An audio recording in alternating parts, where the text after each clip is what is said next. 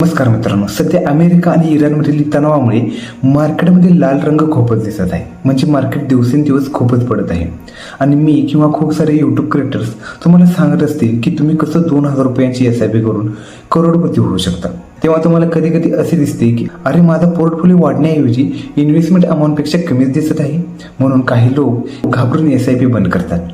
पण आज मी तुम्हाला SIPचा 8-4-3 रोल सांगणार आहे. यामुळे तुम्ही तुमची SIP बंद न करता करोडपती होण्याचं गोल तुमचं अचीव करू शकता.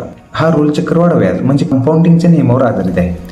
पहिले 8 वर्ष या काळात तुमची इन्व्हेस्टमेंट कधी कमी दिसते किंवा थोडीफार वाढते. म्हणजे मार्केट जणू तुमची परीक्षा घेत आहे की हा इन्व्हेस्टर कसा आहे. पुढील 4 वर्षे या काळात कंपाऊंडिंगमुळे तुमची इन्व्हेस्टमेंट वेगाने वाढू लागते आणि जवळपास तुमचे पैसे दुप्पट होऊ लागते. आणि शेवटची 3 वर्षे या काळात कंपाऊंडिंगचा इफेक्ट खूप जास्त प्रमाणात असतो.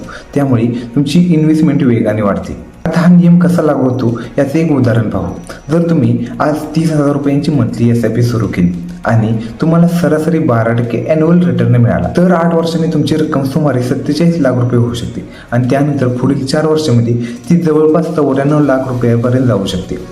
पुढील 3 वर्षांमध्ये ती रक्कम 1,30,00,000 रुपयांच्या आसपास पोहोचू शकते. म्हणजे तुम्ही करोडपती होऊ शकता. आता तुम्ही म्हणाल, हे खरंच शक्य आहे का?